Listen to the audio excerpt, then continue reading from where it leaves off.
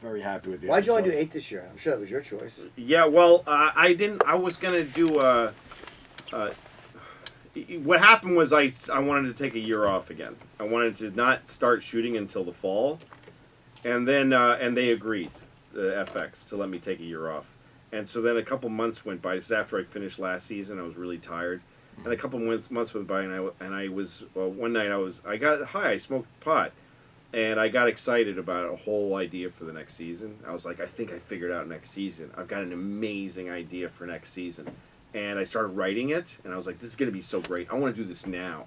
And I wrote to the president of FX, because the next morning he was going to announce that we were taking a year off. Right. And I said, hold the announcement. Can I come back after all in the spring? And he said, shit. Okay, I got to talk to everybody. So he went and talked to everybody. Then he wrote me back and he said, you have to say what you're doing now because we have to announce this.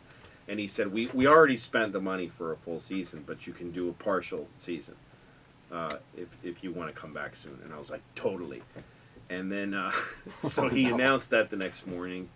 And then I woke up and I looked at all the shit I wrote when I was high. I was like, this is terrible. Terrible stuff. I didn't use a single idea.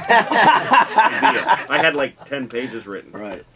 10 stoned pages. Could you tell us one idea? It was all, the whole plot was that Doug Stanhope, who was on the show a few years ago, As Eddie, yeah. as Eddie, who the suicidal comic, that I run into him in New York, and he's like wearing a suit and tie, and he just, he cleaned up his act. And he's making money. He's like an investment banker or something like that. And we end up opening a comedy club together. I had this idea. I open a comedy club, and I become a club owner. And and I thought that's such a cool idea. And I wrote all these ideas about young comics come and stuff like that. And then I looked at it all. I was like, no, none of this is funny.